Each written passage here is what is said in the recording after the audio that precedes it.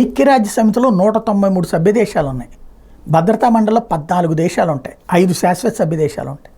వీళ్ళందరూ సిగ్గుపడాల.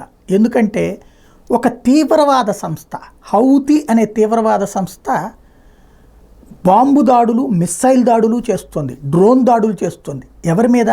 వాణిజ్య నౌకల మీద. ఎందుకని? ఇజ్రాయెల్ వెళ్ళి పాలస్తీనా మీద యుద్ధం చేయకూడదు, హమాస్ మీద యుద్ధం చేయకూడదని. హమాస్ అనేటువంటిది వచ్చి ఇజ్రాయెల్ మీద యుద్ధం చేయొచ్చట, ఇజ్రాయెల్ వాళ్ళని బందీలుగా పట్టుకోవచ్చట, ఆ బందీలను విడిపించకూడదట, యుద్ధం చేయకూడదట, వాళ్ళ చెప్పు చేతల్లో పడి ఉండాలట. అలా చేయనందుకు గాను హౌతీ అనే తీవ్రవాదులు ప్రపంచపు వ్యాపారాలని స్తంభింపచేస్తూ దాడులు చేస్తూ ఉంటారట.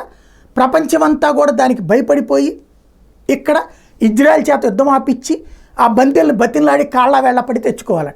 ఇలాంటి దౌర్భాగ్య పని చేస్తున్నట్టు హౌతీ తీవ్రవాదుల్ని పట్టుకుని సర్వనాశనం చేసి ఒక్కొక్కడిని ఏది నిప్పుల్లో వేసి తగలెట్టాల. అంత కీలకమైన పని చేయాల్సినటువంటి చోట పట్టించుకోకపోవడం అన్నటువంటిది. అంటే అమెరికా వాడు, బ్రిటన్ వాడు వస్తాడు, 4 దాడులు వేస్తాడు, వెళ్ళిపోతాడు.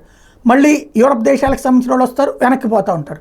వాళ్ళేమో అన్ని ప్రాంతాలలో దాడులు కొనసాగిస్తూనే ఉన్నారు. లేటెస్ట్గా చూస్తే అమెరికా, బ్రిటన్కి సంబంధించినటువంటి Houthis leader Abdul Malik al Houthi on April 25 said that the United States and the United Kingdom have scaled down their naval presence in the Red Sea. Speaking with Iran's media, the Houthi leader claimed an 50% reduction in the movement. ఇది మేము మా దాడులు ప్రారంభించాక America, Britain లాంటి వాళ్ళు మూసుకుని 50% వ్యాపారాలు మానేశారు, అది మా విజయం అని చెప్తున్నాడు. ఒక ఉగ్రవాదిని విజయం సాధించేలా చేశారంటే మరి మనం అందరం అసలు ప్రపంచంలో మానవ సమాజంలో ఉండడానికి అర్హులమా కాదన్నది ఆలోచించుకోవాలి.